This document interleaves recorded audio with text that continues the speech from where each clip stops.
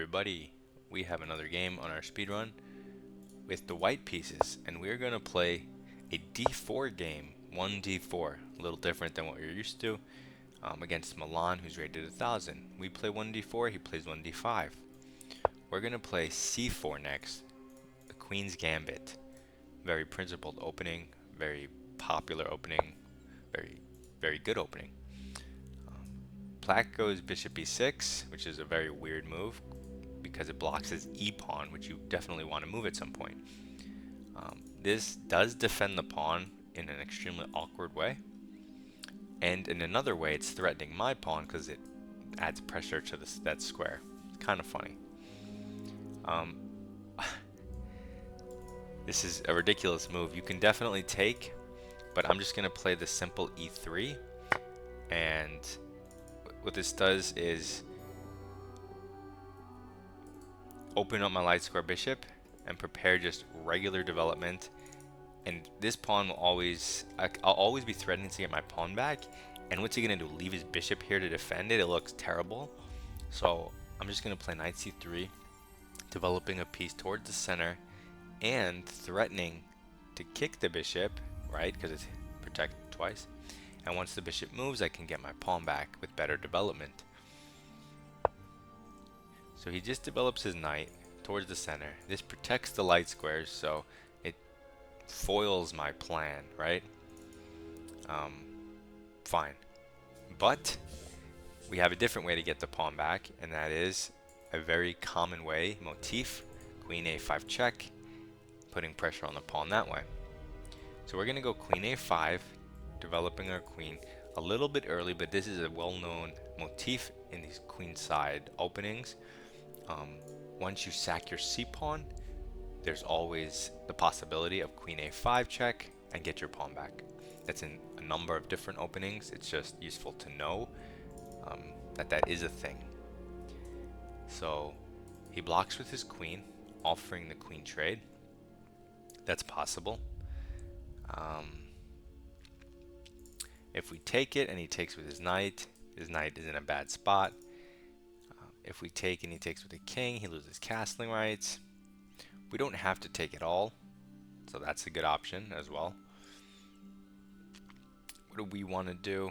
I feel like we don't want to trade. His queen's in an awkward position. His bishop's in an awkward position. So I'm going to go queen b4. What this does is it maintains the attack on this pawn while threatening another pawn.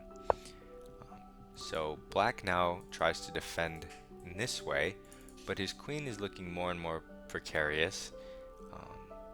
So maybe we can try to develop and take advantage of that with our standard motif of putting the knight in the center. You see this in a lot of my games. I hit their queen in this same fashion, and it's in many different openings. It's usually in the king pawn openings, but you see it works regardless because it's just an idea, period. Okay, so black develops his knight. He could have developed it this way with a tempo on the queen, but instead he goes the other way. The knight's kind of dominated by the pawns, so he's going to have to waste more time moving it to try to make it better. I guess he's also trying to cover this square from my knight, but I don't know how effective this is going to be in the long run. He also might be preparing to castle queenside, which looks like a really bad idea for him. You could try to hunt the bishop in this fashion, but I don't want to waste time like that. I actually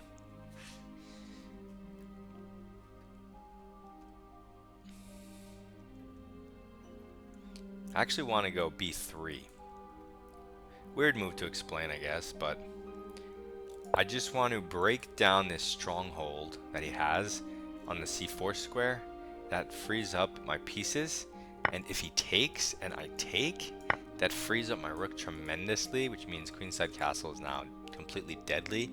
So with that one trade, I do give him the pawn permanently, right? He's up a pawn, but I very much like my piece activity much more than that pawn. So he tries to improve his knight, maybe looking at the center, right? Because now it's dominated this way as well. So you can't really push e5 unless you have some nice ideas. The drawback of this move is that knight was in front of the king. Now it's not. So there's this alignment issue, which allows us to create this pin, which of course wins the game. On move 10, we didn't do anything crazy. I suppose a lot of you guys wouldn't naturally sack a pawn, but I've explained to you, as I was playing the game, when I was considering protecting it, when I'm considering sacrificing it, why I'm doing one or the other. You can see this rook is tremendous. Any ideas he had of castle and queen side, I basically just denied them, which is super important in this case because his bishop is trapped, which means he can't castle king side. Like, it'll take at least 3 moves minimum. So there's that. So if we go to the analysis board, center and development, center and development. I also recommend you try this opening, even though it may look funny to you if you're new. Understand that it's an extremely principled opening, and you'll very likely get your pawn back in 90% of the cases. So this move is just ridiculous. And you don't have to go e3. You can play other moves. You can wait. You can develop your bishop outside the pawn chain, right? But I'm just showing you simple move that supports the center and opens up my bishop. That's it, right? So center and development. Center and development. Check. Well, this is development, not center, but it's just development. And this is forcing moves, not forced moves, forcing. So whenever you have forcing moves at any point in the game that are good for you, which are free moves, free stuff, like this is free because it comes with double threats, so you get to relocate it for free. Forcing him to respond, they're always excellent moves. And then development, center.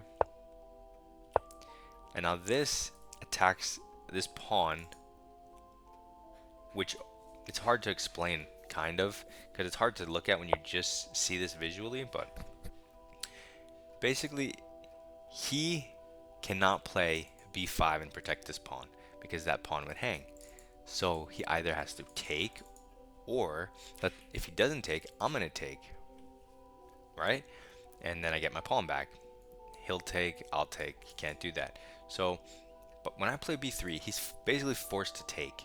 And what that does is considerably opens up my rook and my dark square bishop to the extent that it's clear, and my light square bishop to the extent that it's clearly worth a pawn. So as you can see, he takes and I take. So this is a move that concerns itself with development, but it's very hard to see how b3 has anything to do with development until you consider the pawns. If you look at these 3 pawns, it doesn't matter if they're his pawns, it doesn't matter if they're my pawns. They could be white, they could be black. In both cases, they're in the way of my bishop and my rook. And before I play b3, in the way of my dark square bishop, in the way of my light square bishop, and in the way of this rook, right? These 3 pawns. So my piece activity is very low for these 3 pieces.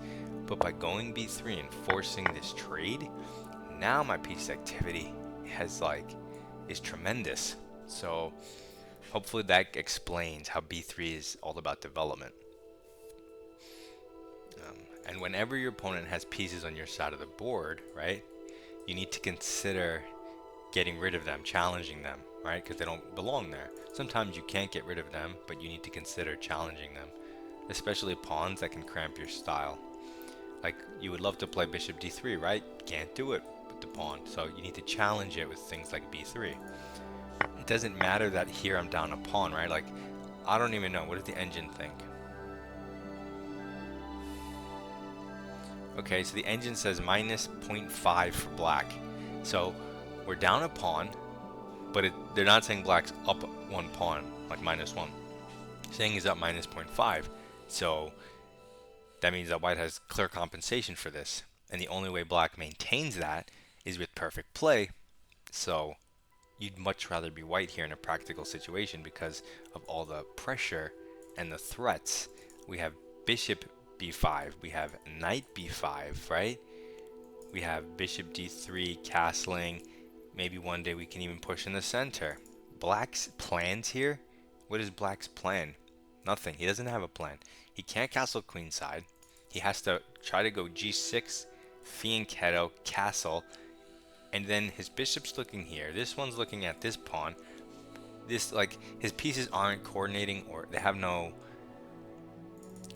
concept of like what's going to happen in the next 5 moves. But white is super easy play.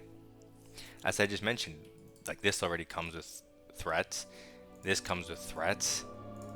The king's going to be castled, and I'd much rather be white any day of the week here. That's why it's important not to use engines unless you really know what you're doing. It's much better to use coaches because they can like tell you the human way of looking at it, and this is much better. Like, you'd much rather be white here. So what happens? You see, look at that. It says minus 0.5, and then the instant he makes a move, it's +5. I mean, this obviously blunders the queen, but there's not so many moves that make any sense. So, okay, so, oh yeah, and then the game's over because he blundered the queen. And if you want to like see what I'm talking about, set up this position with one of your friends in an unranked game or unrated game, and take the white side or the black side, and you'll see how hard it is to play with black and how easy it is to play with white. Of course, you have to be the same rating for this to make sense, but if you give it a try, you'll see exactly what I'm talking about. Alright, so hopefully you learned something from this video. You could play d4, you could play e4. Either way, you can remain principled and play in the center. Submit your rapid videos in my Discord, and I will review them. Goodbye.